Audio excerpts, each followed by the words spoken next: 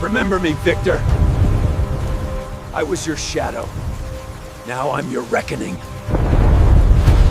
3 months ago, I was sleeping under a Denver overpass, eating garbage, and waiting to pass away. Now I know why the billionaire who destroyed my life spent decades hunting for me. I'm David Morgan, 50 years old, and this is the most insane story you'll ever hear. Until last winter, I thought I was just a regular guy. Spent 20 years climbing from warehouse supervisor to senior operations manager at Cortland Global Industries, pulling in 78 grand a year with full benefits and a company vehicle. Started at 25 on the warehouse floor, learned every route and supplier, every detail of the distribution network that kept Victor Ashford's empire running smooth. Had a wife named Susan, 2 grown kids, and a 3-bedroom house in Highlands Ranch. Life was built on routine and reliability. Every morning my alarm went off at 5 a.m. I'd make coffee in the kitchen Susan had renovated 2 years earlier, scramble eggs, check overnight reports from our distribution centers. Susan would come down around 6, kiss my cheek, and we'd talk about the kids over breakfast. Melissa had just finished her nursing degree at Colorado State and was working at Presbyterian Hospital. Ryan was 19, halfway through his electrician apprenticeship, already making decent money doing residential work on weekends. 25 years of marriage. Sure, things had cooled off between us over the years, but I figured that was normal. We'd become partners more than lovers, managing bills and coordinating schedules. Susan started working out more, buying new clothes, getting her hair done every 2 weeks instead of monthly. I was happy she was taking care of herself. Encouraged it even, told her she looked great and meant every word. Turns out she'd been sleeping with Victor Ashford for 2 years. My boss, the man who signed my paychecks, who shook my hand at company Christmas parties and complimented my efficiency reports, had been screwing my wife in hotel rooms paid for with the company credit card. The same card I'd been denied when I requested one for legitimate business travel. Victor Ashford was 62 years old, worth $3.8 billion from defense contracts and international shipping. Silver hair, permanent tan from his Aspen place, and a smile that never reached his eyes. His first wife had died of cancer 10 years back, and since then he'd gone through a string of women half his age. Apparently, Susan caught his attention at a company fundraiser where spouses were invited. She told me later that's when it started, him approaching her at the bar while I was giving a presentation about quarterly efficiency improvements. The divorce blindsided me completely. On a Monday morning in August, I came home from work to find Susan's lawyer sitting in my living room with papers already drawn up. He had this practiced sympathy that made me want to punch him. Said Mrs. Morgan believed it was best if we both moved forward separately. She was requesting the house, both vehicles, and appropriate spousal support given our income disparity. What income disparity? I asked. She worked part-time at the library. That's when Susan walked in and wouldn't even look me in the eye. Said she hadn't been happy for years, that I was married to my job and didn't see her anymore. That she needed someone who appreciated her. I tried to fight it. Hired my own lawyer with money from my 401k, but Susan's legal team, paid for by Victor, though I didn't know it then, painted me as a neglectful workaholic who'd emotionally abandoned his family. They had receipts showing I'd missed 3 of Ryan's football games senior year because of inventory emergencies. They had testimony from Susan's friends about how lonely she was, how I never took her anywhere nice, how I'd forgotten our anniversary 2 years running. The judge gave her everything, the house, both cars, 60% of our savings, and $500 a month in alimony for 3 years. I moved into extended stay America off Interstate 25. Told myself it was temporary while I figured things out. The next day, Victor called me into his office. He was sitting behind his massive mahogany desk with the view of the entire city. And Susan was there examining her fresh manicure like this was just another Tuesday. Victor said they needed to talk about restructuring. My position was being eliminated effective immediately. Security would escort me to clean out my desk. My final check included 2 weeks severance, which he thought was more than generous. "You're firing me," I said, unable to process what was happening. "I've been here 20 years. I designed your entire regional distribution network." Victor leaned back in his chair with his fingers pressed together like he was explaining something to a child. Said the company was moving in a new direction and this was probably for the best. Fresh start for everyone. Susan finally looked at me then, and there was nothing in her eyes. No guilt, no sadness, not even pity. Just cold satisfaction like she'd won a game I didn't know we were playing. Security walked me out with a cardboard box containing 25 years of my life reduced to a coffee mug, some family photos, and a stress ball shaped like a globe. My keycard was deactivated before I reached the parking lot. The company car had to be returned within 24 hours. Extended stay became my base while I tried finding work. I was 50 years old with decades of experience, excellent references from everyone except my most recent employer, and a track record of improving efficiency by 40% everywhere I'd worked. Should have been easy finding a job, right? But Victor Ashford's reach was longer than I'd imagined. Every interview went great until they checked references. Then suddenly the position was filled, or they'd decided to promote internally, or the budget had been cut. My brother Dennis let me crash on his couch when I couldn't afford the hotel anymore. Dennis was 47, worked construction, lived in a one-bedroom apartment in Aurora that smelled like cigarettes and disappointment. He kept saying it was temporary, that I'd bounce back. Guys like me always do. But after 3 weeks of me coming home drunk at 2 a.m., after I threw up on his carpet and got into a screaming match with his neighbor, Dennis had enough, told me I had to go because I was spiraling and he couldn't watch it. My mother Elizabeth was 81 years old, living in Mountain View Senior Care, on Social Security and what little Dad had left her when he died 5 years ago. When I told her what happened, she cried on the phone and begged me to come stay with her. But we both knew her facility didn't allow long-term guests, and I wasn't about to burden her with my problems. She sent me $300 from her savings, money she needed for medications. I sent it back. She sent it again. I kept it and bought whiskey. My Uncle Gerald, Dad's younger brother, tried to help too. He was 73, a retired postal worker living on a fixed income, and he still wired me $500 with a note saying Robert would want him to help his boy. That money lasted 4 days. I don't even remember what I spent it on, just that I woke up behind a liquor store with empty bottles around me and my wallet gone. But the worst betrayal came from my kids. Susan had gotten to them first, told them I'd been embezzling from the company. That's why Victor had to fire me. She showed them falsified documents, doctored bank statements, emails that were never sent. Melissa, my baby girl, who I'd taught to ride a bike, who I'd walked down the aisle just 2 years ago, she blocked my number after sending one text. Said she couldn't believe I'd steal from the company that gave me everything and not to contact her again. Ryan was even worse. He came to see me at Dennis's apartment before I got kicked out, stood in the doorway like he might catch something. Said Mom showed him the evidence and asked how I could embarrass them like that. His boss was asking questions. Melissa's husband wanted to know if they needed lawyers. I'd ruined everything. When I tried to explain, tried to show him it was all lies, he just shook his head and said I was drunk and always had an excuse. Then he told me he was done. Winter hit Denver hard that year. By December, I was sleeping in a storage unit I'd rented with the last of my money, keeping my few remaining possessions in boxes labeled with my old life. Kitchen items, work awards, family photos. The facility manager caught me on Christmas Eve, called the police, had me arrested for trespassing. They let me go after 24 hours, but my stuff was gone, auctioned for unpaid rent. I learned the geography of homelessness fast. The bridge under Spear Boulevard was warmer than the one near the Platte River. The library let you stay until closing if you pretended to read. The soup kitchen at St. Francis served meals at noon and 6, but you had to hear a sermon first. I grew a beard, not by choice, but by circumstance. Lost 30 pounds in 2 months. My hands developed a permanent shake from withdrawal and cold. February brought a blizzard that eliminated 3 homeless people. I would have been the 4th if Carlos hadn't found me. Carlos Rodriguez was a 60-year-old Vietnam veteran who'd been on the streets 5 years since the VA cut his disability benefits.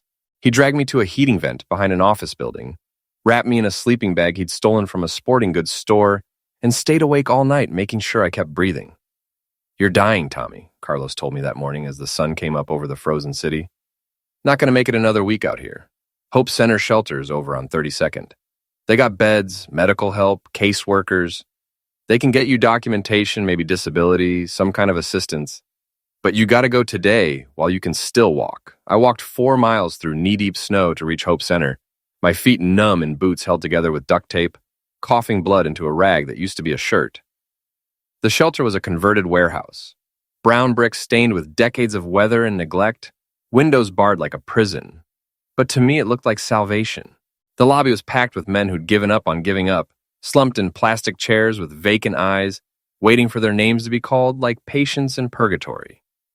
The intake process was deliberately humiliating, designed to strip away any remaining dignity. First, they searched my pockets for weapons, pills, booze. Then, they sprayed me with delousing powder that burned my skin and made my eyes water. They took my clothes to be washed and gave me a gray jumpsuit that smelled like industrial bleach and other men's desperation. 3 hours I waited, watching the clock, wondering if they'd run out of beds before they got to me.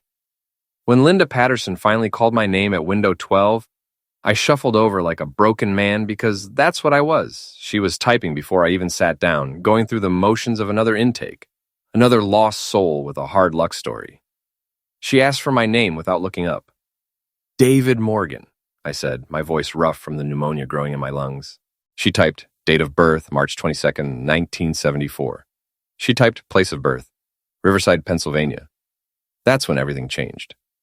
Her fingers stopped moving on the keyboard. She looked up at me, really looked like she was seeing a ghost. Then she stood up so fast her chair crashed into the filing cabinet behind her, and she practically ran to the back office. The other men in the waiting room started murmuring. One guy said I probably had warrants. Another said they were calling the cops.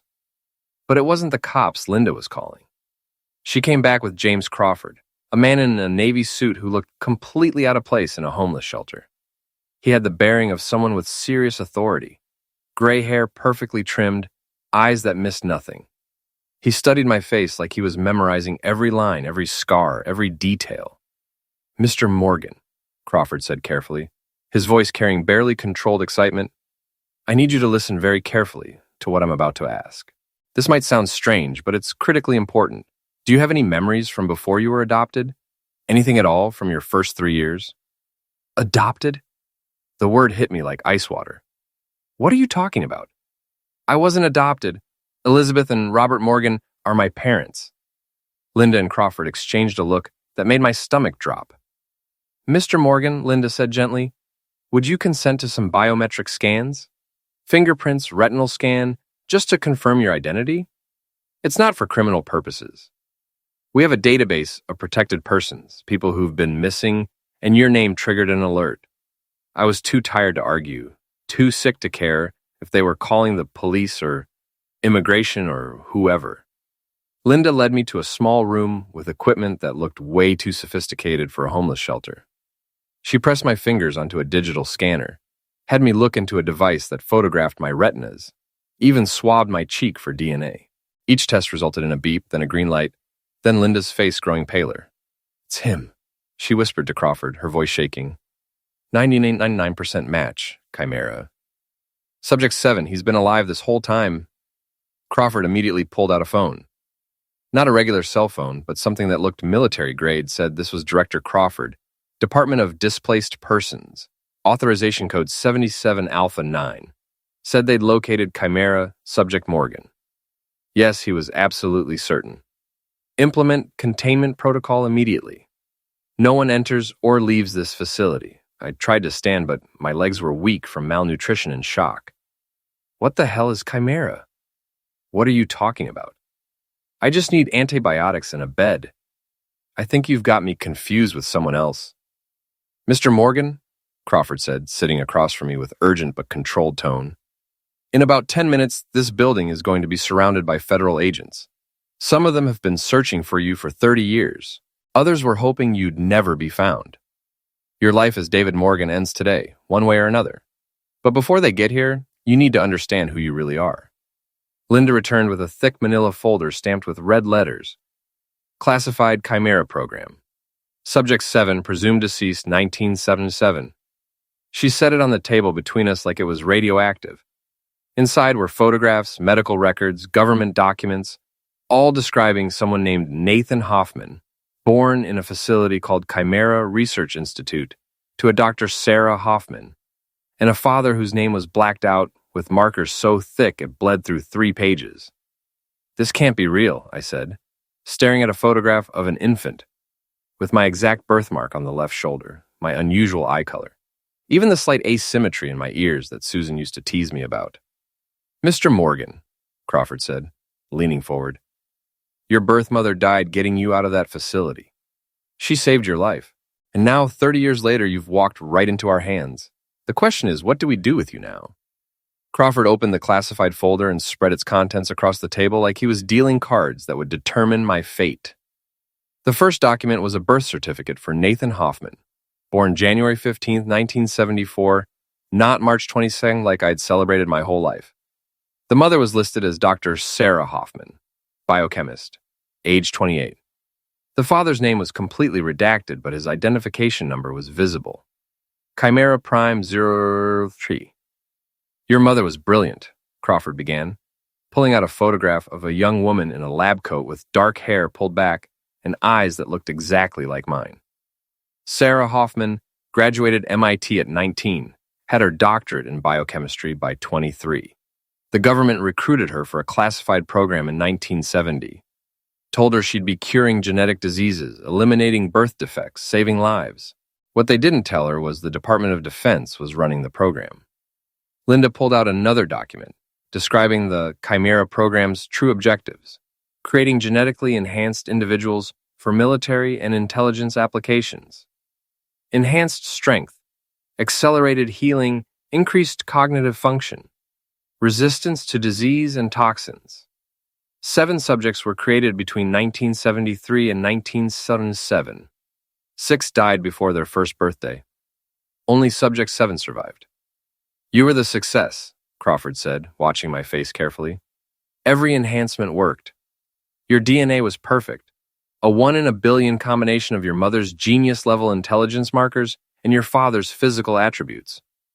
But when Sarah discovered the military plan to replicate you to create an army of enhanced soldiers using your genetic template, she made a decision. The next document was a security report from November 18, 1977. Chimera Research Institute, catastrophic fire. 2 confirmed passings, 1 missing child, all research destroyed.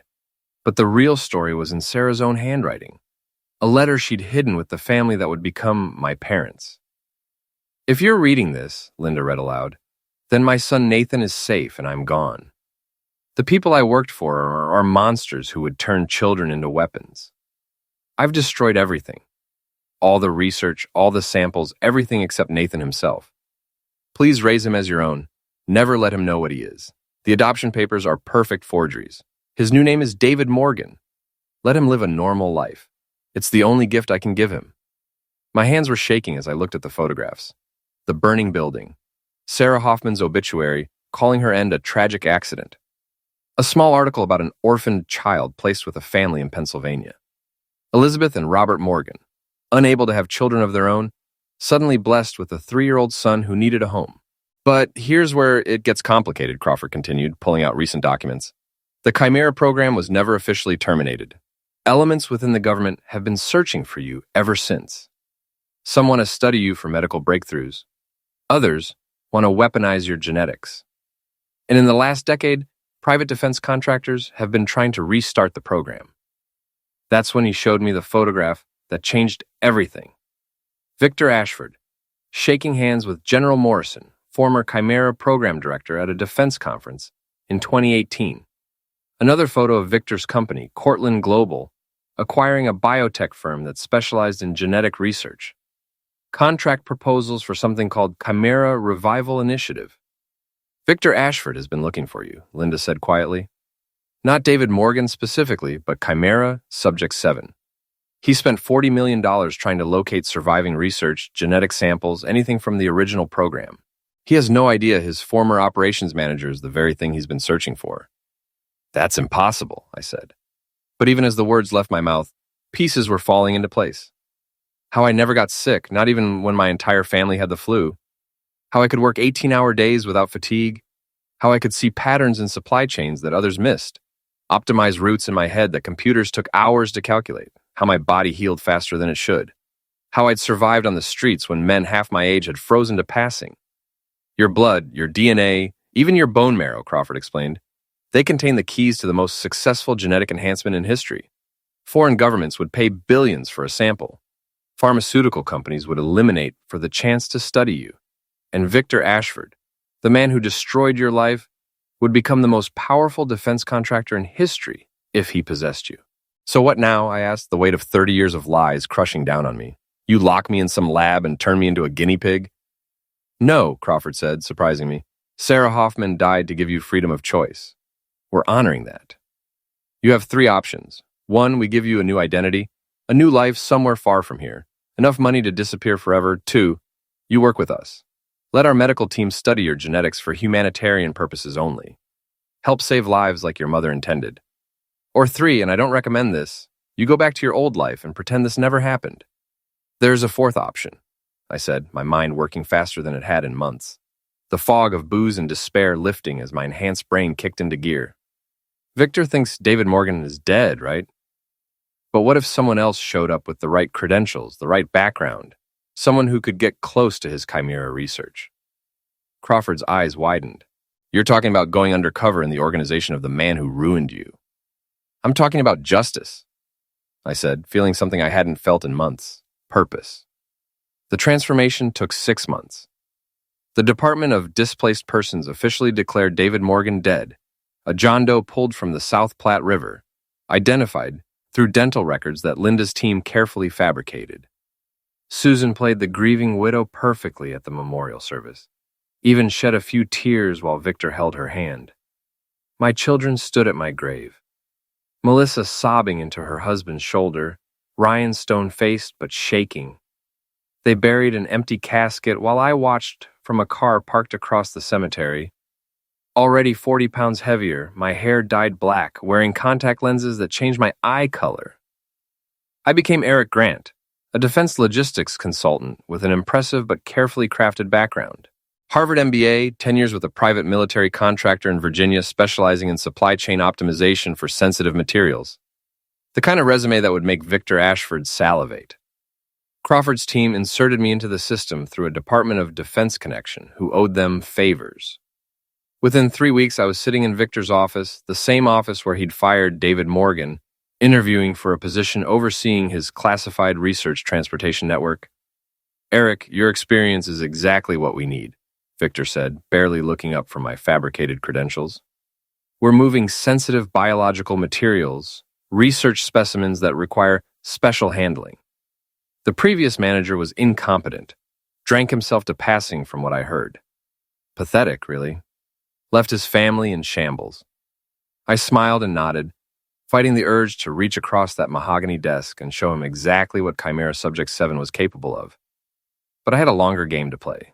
Within 2 months, I had access to Victor's entire Chimera Revival initiative. He was closer than anyone realized, had recovered 60% of the original research through black market dealers and corrupt government officials. His scientists were 3 years from creating their first enhanced subject. He was using shell companies to transport illegal genetic materials across international borders, bribing foreign officials, violating every bioethics treaty in existence. The medical team studying my genetics made breakthroughs that seemed like miracles. Dr. Patricia Chen, the lead geneticist, discovered that my enhanced DNA could be used to treat muscular dystrophy, ALS, and dozens of other genetic disorders.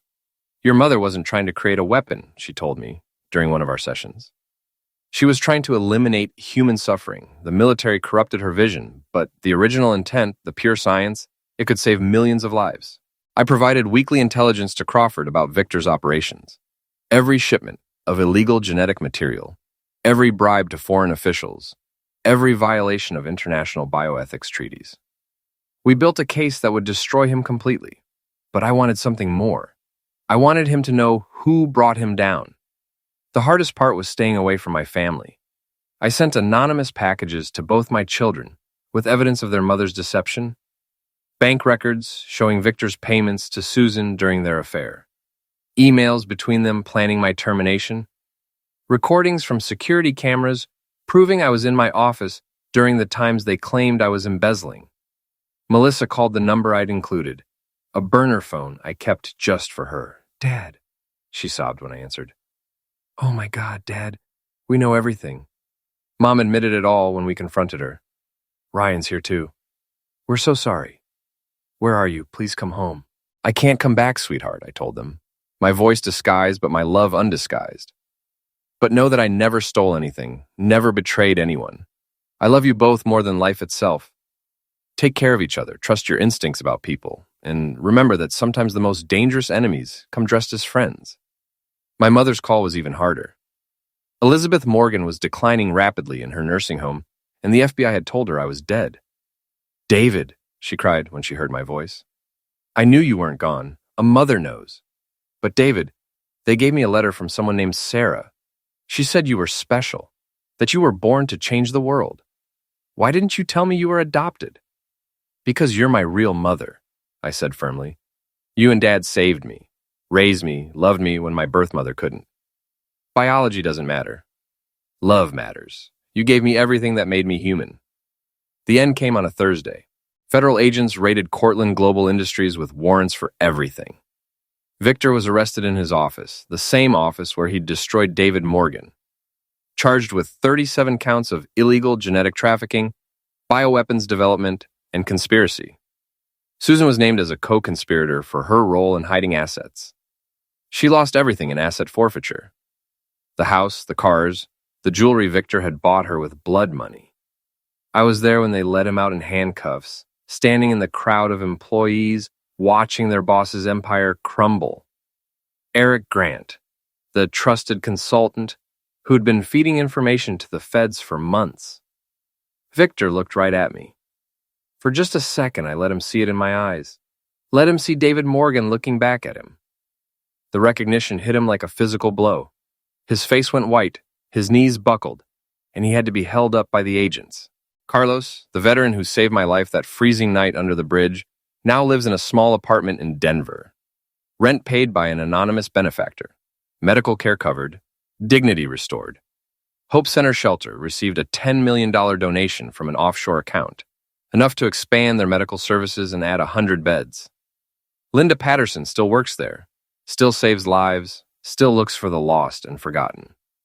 Dr. Sarah Hoffman's research, purified of its military applications, has yielded treatments that have saved thousands of lives already. Children with genetic disorders that would have eliminated them before their 5th birthday are living normal lives. Veterans with traumatic brain injuries are recovering functions doctors said were gone forever. My blood, my genetics, my mother's sacrifice, they all meant something in the end. I remain Eric Grant in the world, traveling between research facilities, coordinating the legitimate transportation of medical breakthroughs derived from my genetics. But sometimes late at night, I remember being David Morgan. Remember having a family, a home, a life built on 25 years of honest work. Victor and Susan took that from me. But they gave me something else. Purpose. The lesson is simple but profound. Sometimes you have to lose everything to discover who you really are. David Morgan was destroyed by betrayal, crushed by cruelty, left to die in the cold. But from that destruction came truth. I learned I was never ordinary, never just another warehouse manager pushing papers and managing schedules.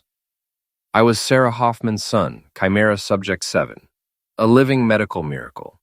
Who could save lives?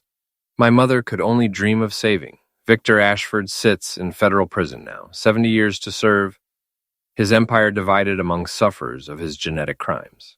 Susan lives with her sister in Nebraska, working as a cashier, all her assets seized, her children refusing to speak to her. And somewhere in the mountains of Colorado, there's a grave marked David Morgan. It's empty, but the man it represents was always empty, a shell hiding something extraordinary. My name is Eric Grant now, but I'm also Nathan Hoffman, and I was once David Morgan. I'm the homeless man who survived, the experiment who escaped, the sufferer who became the victor. Your lowest moment might be the doorway to your true purpose.